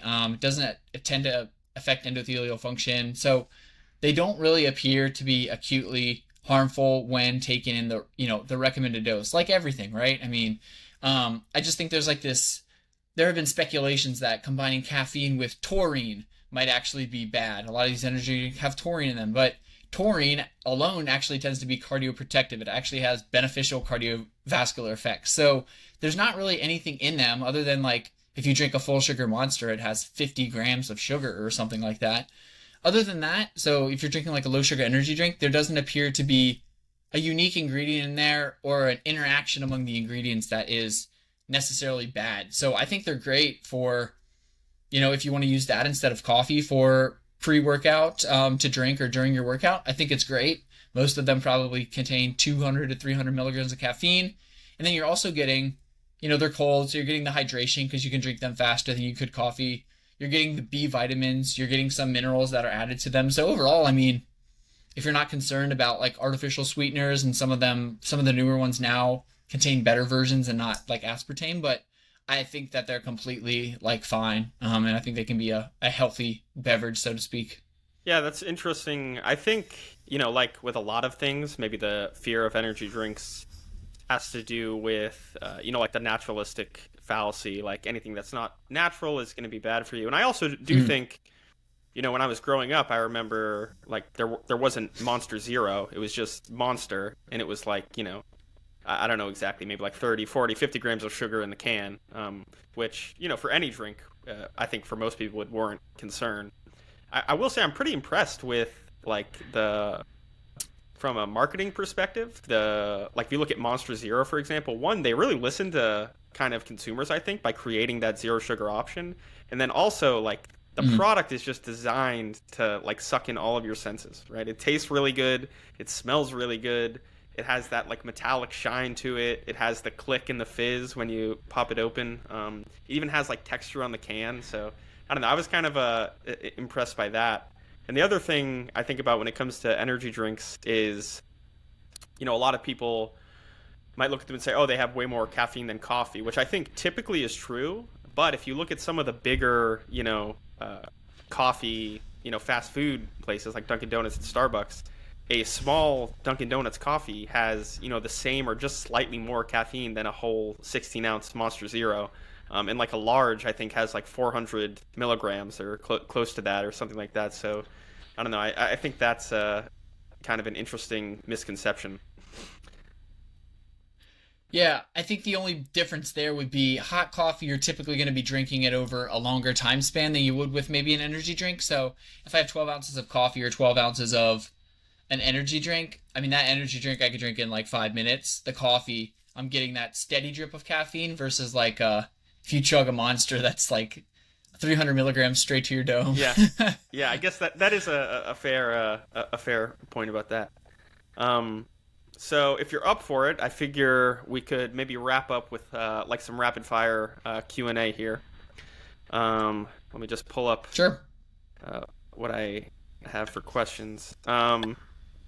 So if someone could only add one lifestyle intervention to kind of improve their health and fitness, and you can define that however you want, like what's one message you would want to get across for people to kind of add into their regimens or protocols? Yeah. Honestly, I think it would be to walk more and like walk more frequently. That might seem odd coming from, somebody who's like looking at all the ways to like optimize and like all the cool biohacks like sauna, but it's like I I mean I've always walked, but like I recently discovered it, I would say, in like the last 5 years as just like a lifestyle thing that I do versus just like, oh, I'm walking from point to point. I think that honestly, walking is because it's low cost, it's low impact, but I think that where it has the most importance, I think, is for not necessarily improving fitness, but just metabolic, like health and cardiovascular health regulation during the day, because we sit so much, 6 to 8 hours today is like the average that we sit. And it's definitely not benign. I mean, sitting for long periods of time is not good for metabolic health. It's not good for cardiovascular health. So doing like one breaking up sitting with walking is good. Going for longer walks throughout the day versus just like a long walk in the morning. But just as a way to add low intensity like activity to your life, which even if it's not elevating your heart rate that much, I think it's good just to get that skeletal muscle contraction. I think the best times to integrate this walking would be throughout the day if you're sitting, so during sitting at your desk or if you're working or something like that. But after meals too. I think that if everyone would walk for 10 to 15 minutes after every meal, that could have like maybe seemingly benign but definitely significant impacts on like your health. That's something that I tried to do. It helps with glucose regulation, it helps with that digestion. And so it's not like a sexy like thing, but I think, if it's something that I think everybody could and should integrate, yeah, it would definitely be walking, but kind of strategic walking, not just like walk more, but walk more after meals, walk more throughout the day to break up your sitting would kind of be my big points Cool. there. So next, what is your current kind of training protocol look like from endurance and resistance training as well? Like a typical week, what does that look like for you? Yeah, sure. So, um, on right now, I'm running 3 days per week. I ride a bike 4 days per week. So I'm doing endurance exercise every day because that's my main sport. So, just briefly, and I won't go into the big details on it. On Monday, I run for 70 to 80 minutes. On Tuesday, I ride for 100 to 120 minutes. On Wednesday, I do a workout, so an interval workout running. On Thursday, I ride for 100 120 minutes. On Friday, ride. Friday, I ride for 100 to 120 minutes. Saturday, I do a long run. So that would be 90 minutes or more. And Sunday, I do a long ride. So that might be something around 2.5 hours. So that's kind of my endurance training split: 4 days of biking, 3 days of running. Might increase to 4 days of running soon and either keep the biking day or take that one off. Then regarding strength training, my protocol is kind of unique right now, and that's just because we have an almost 1 year old in the house. So I've tried to be strategic about how I get my strength training in during the day. I have a gym membership, and I do go there during the week, but during the work week, I work from home. My wife goes to an office and works, but during the week, I'll do kettlebell exercises and bodyweight exercises at home, and I'll kind of integrate those during the day, or I'll do like a circuit in the morning after my endurance training session. So this will typically involve one like lower body exercise with kettlebells, maybe two lower body exercises with kettlebells, and then some type of upper body exercise with the kettlebells, or push-ups and pull-ups. So I have a pull-up bar at home. So I'll pick 3 to 4 of those exercises on any particular day, and I'll try to do a circuit of those 3 to 4 rounds of that twice per week during the week.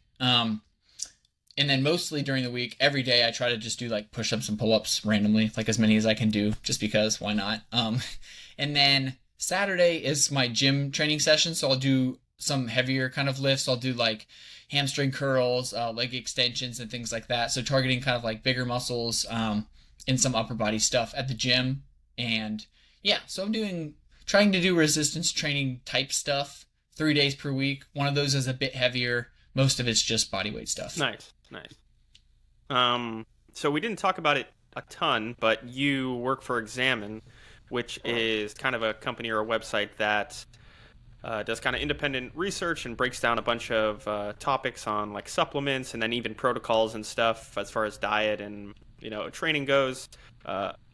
Based on everything you've been reading, and then also kind of your research as a PhD, what is kind of on your Mount Rushmore of supplements? As I'm stealing this term from, I heard Lane Norton use it recently, but like really the Mount Rushmore in terms of reliability and then like usefulness for either health or fitness or just kind of in general for people to use. Yeah, I would say number one, probably in the most well evidenced one, but also one that has a lot of benefits, would be creatine. I think for brain health, physical performance, it's pretty well shown to have lots of benefits. So I think that most people should, and can and should be taking creatine. It's something I recently started taking myself as well. I think, it's interesting that this one doesn't have a lot of evidence to support it, but I think fish oil is one that everyone should probably be taking, or an omega-3, EPA, DHA supplement. It's like when you look at the observational studies and even some of the larger randomized controlled trials, it doesn't like appear to do much, but I'm just like, it's one of those supplements where I'm like, it has to be like good to like supplement with it as just like a preventative thing for like cognitive aging. So fish oil would be another one. Vitamin D would certainly be one. I think everyone should be supplementing with vitamin D, probably, 1,000 to 4,000 IU of vitamin D per day. And let's see. I mean, I think those three are kind of the big three, and then everything else, I mean, you kind of want to do on like an individual basis based on if you're, at risk for like a deficiency. So things like iron or calcium, those tend to not be something that you really need to take unless you're, deficient. I think most people probably would also be good to just take a daily multivitamin. I think on top of those, fish oil, creatine, vitamin D, taking a daily multivitamin. There was a recent large scale study showing benefits for like preventing cognitive aging with people who just like took a simple multivitamin every day, just as a way to like cover your nutritional basis. They're cheap, they don't cost much. It's low risk. I mean, you're not going to put yourself at risk for toxicity by taking a multivitamin. So those will kind of be my main ones. I mean, one of the things that I learned from my own research and just from working at Examine is that like most of the supplements, I will say, don't work. I don't really like to use that, but it's like they don't really work for what they're intended to work for, and most people probably don't need a ton of supplements unless you're at risk for a deficiency. But those few that I mentioned are, probably pretty safe for most people to take. I would add that if you're doing the vitamin D, taking like a K2 along with it, there seems to be some evidence that you should probably do that. So a lot of them contain both a vitamin D and K2 just for the cardiovascular kind of like bone health regulation that those have. Gotcha. So next, would you add anything to that? I'm honestly not super well versed in supplement stuff, other than I've read a little bit about, or I read a lot about coffee and caffeine. I did kind of a deep dive on that, and then also some about creatine. I think, especially anyone's sports science related, but then also for like general health and fitness, I feel like those two are really consistently across the board. People talk about benefits. And I'm also like pretty bullish on fish oil stuff. Omega-3s. Maybe I'm, biased because, I listen a lot to Rhonda Patrick and stuff, but I think, that's also not a terribly bad person to be biased towards because she's pretty evidence-based. I think cardiovascular wise, there are some, there's like reasonable evidence to suggest they could be beneficial. Other than that, yeah, I mean, I think that's probably all I would add, just agree with. Like I said, I'm not super well versed in terms of like supplements and stuff, but what you just said is pretty reflective of like a lot of people I listen to who are, or I would consider more well versed, I would say. So moving on, What is something health and fitness wise that you're getting excited about recently, or that you feel is undervalued that you haven't heard a lot of people talking about, but that you think could be like, has like really positive benefits or something? Yeah, that's a good question. Let me see. I mean, I would say, I would say the sauna, but I almost feel like that's kind of almost like mainstream now. I mean, I think I don't know. I mean, I definitely, maybe I don't, maybe within my little like bubble, it's like mainstream, but I think that it's kind of like underappreciated or underutilized maybe right now for the health benefits, whereas more so it was just seen as like something in the spa that's like a relaxation tool. So I mean, maybe sauna. I think I'm excited about it, also because there doesn't seem to be a lot of randomized controlled studies on it. So I'm kind of excited to see maybe research like advancing in that area. So maybe I'll say sauna as one. And gosh, I think there is some interesting data too regarding like the maybe more of a strength and conditioning perspective though, but like blood flow restriction. I think we're going to learn a lot about that. That seems to be kind of interesting. I think right now it's the setting in which it's being used is more like a rehabilitation kind of setting, but I think athletes may start to adopt it or try to use it as like a training tool. So I'm kind of excited about that. I mean, I've used it once before, but I would definitely like to use it again if it becomes more um, mainstream and like available. It's kind of cost prohibitive right now. It's pretty expensive to get one of those blood flow restriction machines, but kind of interested in that as well. And one last thing, maybe too, that just kind of popped in my mind is these continuous biomarker monitors, I'll call them. So, continuous glucose monitors will be one of the main ones that people are familiar with. But I think as technology progresses, we're going to be able to have these sensors that can measure lactate continuously, ketones continuously, probably blood electrolyte concentrations continuously. So, I mean, I don't see a reason why eventually, we're not going to have either one sensor or maybe a few sensors where you can like look at your phone while you're working out and it's going to tell you like all your biomarkers, like what's going on. I mean, I think it's the technology's probably there. I think that just scaling it into like a CGM like sensor is probably where limitation is right now. But I mean, if we have that, we kind of have the ability to really fine tune like performance and health, which will be super cool. Yeah, I think with the constant kind of monitors, I think I first heard this reading maybe what's his name, David Sinclair's book, but he was talking about how maybe in the future, and I'm certainly not the person to be talking about pandemics or anything, but if we had kind of data on people constantly, some pandemic breaks out, we'll almost immediately have a lot of information about how a given disease or virus or something might affect people, and might be able to rapidly gain insight into something like that. Of course, I'm not the person to be talking about whether we should be collecting everybody's medical information and all of their markers and stuff, but I think that's kind of an interesting application. And just in healthcare in general, I think I first heard Peter Attia say this, that like a constant glucose monitor is like a video of a car accident where a blood sugar prick is just like a picture of the car afterwards. Like you get to see a lot more, and I think that's a really interesting concept. And yeah, I think that a lot of cool stuff will come out from that moving forward. Um, For sure. I mean, the predictive ability of some of that stuff is almost there, not even using biomarkers. I mean, my Aura Ring, for instance. I mean, Aura Ring has a feature where for females that has a period prediction feature where it can predict and kind of where you are in your menstrual cycle just based on, I'm guessing, like respiratory rate, body temperature, heart rate.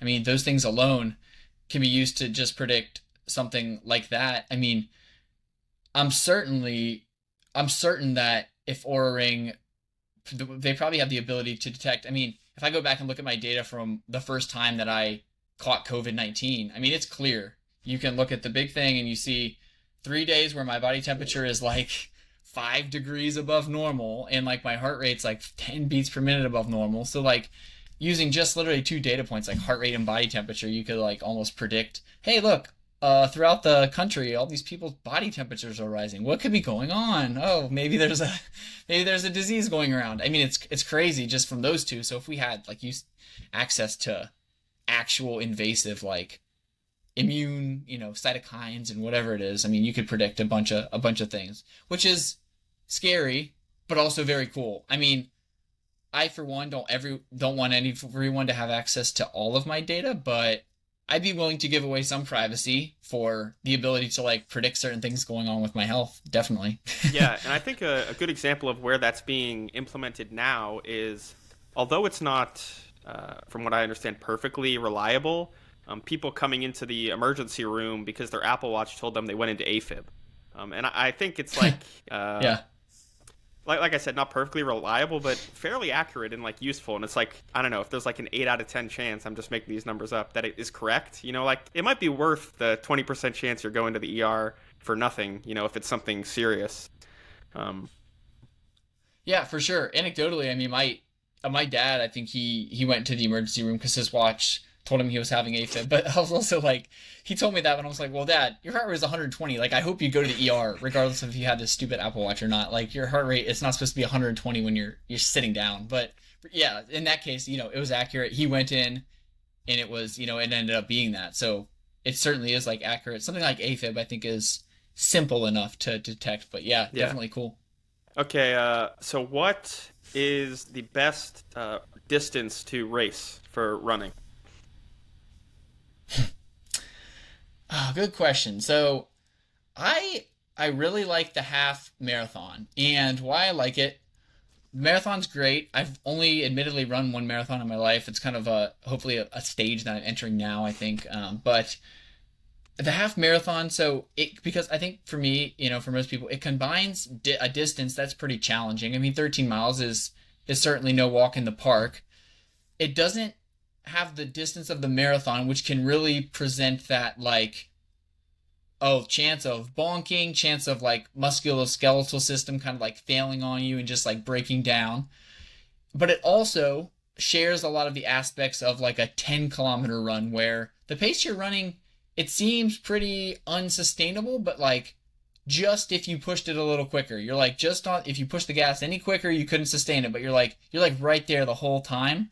So it almost feels, I mean, it doesn't feel good by any means, but while you're running, you're like, okay, this kind of sucks, but at no point do I feel, until maybe the last few miles that I'm going to just like crumble into many pieces. So that's been my favorite distance lately because I feel like it combines, it's like a 10K and a marathon like combined, more 10K speed, but like marathon enough marathon distance to challenge and like favor the guys who are good at the endurance running where the 10K might be a little too short, even dare I say. But so I think half marathon is something everybody should race because you can get some speed work in it while you're doing it too, and it's not just a race of like attrition like the marathon can sometimes Right. be. Yeah. Um, so I guess lastly, where can people find you, to read more of your stuff or see more of the content you're putting out? Yeah, so primarily I'm on X. That's where I'm most active. My handle is at B, just the letter B underscore Holmer, Holmer. Um, I also write on Substack. So my Substack is physiologicallyspeaking.com. That's like the domain for my Substack. Hard to spell, but hopefully people can find it. The link is also in like my bio on Twitter, so it's easy enough to get there. But that's pretty much it. I mean, I have an Instagram and stuff, but I don't really tell people to go there because I'm not too active on there. But X and Substack are where I'm doing most of my work these days. And then at Examine too, but on there it's less of like, oh, I contributed this article and more just like if you want to go there and find interesting stuff to read, I would direct people to try Examine out too.